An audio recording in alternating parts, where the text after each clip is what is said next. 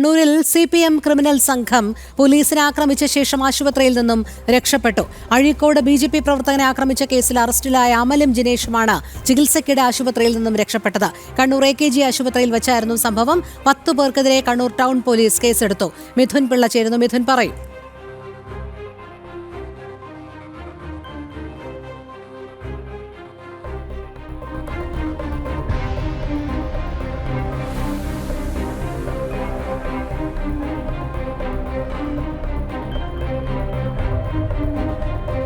കണ്ണൂരിലാണ് സംഭവം. കണ്ണൂരിൽ CPM criminal സംഘമാണ് പോലീസിനെ ആക്രമിച്ച ശേഷം ആശുപത്രിയിൽ നിന്നും രക്ഷപ്പെട്ടത്.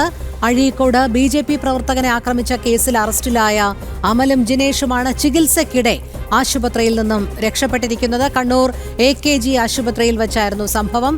10 പേർക്കെതിരെ കണ്ണൂർ ടൗൺ പോലീസ് കേസെടുത്തിട്ടുണ്ട്. മിഥുൻ പിള്ളയിലേക്ക്. മിഥുൻ, പറയൂ. രോഹിണി, കഴിഞ്ഞ ദിവസമാണ് ഇത്തരത്തിൽ BJP പ്രവർത്തകനെ ഒരു സംഘം CPM പ്രവർത്തകർ ആക്രമിച്ചത്. ആക്രമിക്കുന്ന സമയത്ത് ഈ BJP പ്രവർത്തകൻ പ്രതിരോധിക്കുകയും അതിൽ 2 പേർക്ക് പരിക്കേൽക്കുകയും ഒക്കെ ചെയ്തിരുന്നു.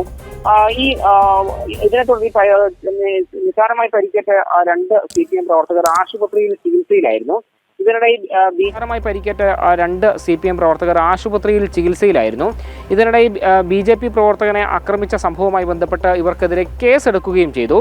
ഈ കേസെടുത്തതിന് തൊട്ടു പിന്നാലെയാണ് ഇവർ പോലീസിനെ ആക്രമിച്ച ശേഷം ഈ ആശുപത്രിയിൽ നിന്ന് കടന്നു കളയുന്നൊരു സാഹചര്യം ഉണ്ടായത്. കണ്ണൂർ CPMന്റെ തന്നെ നിയന്ത്രണത്തിലുള്ള കണ്ണൂർ AKG ആശുപത്രിയിൽ നിന്നാണ് ഈ ചികിത്സക്കിടെ CPM പ്രവർത്തകരായ 2 പേർ രക്ഷപ്പെട്ടത്.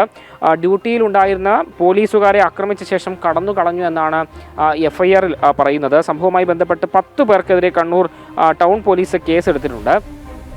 അഴീക്കോട് 3 നിരത്തിൽ വെച്ചാണ് BJP പ്രവർത്തകനായ ഷൈജുവിനെ ഈ CPMകാർ ആക്രമിച്ചത്. അന്ന് കേസിൽ ഇവർ 2 പേർ കസ്റ്റഡിയിലായിരുന്നു എന്നാണ് മനസ്സിലാക്കാൻ വേണ്ടി സാധിക്കുന്നത്.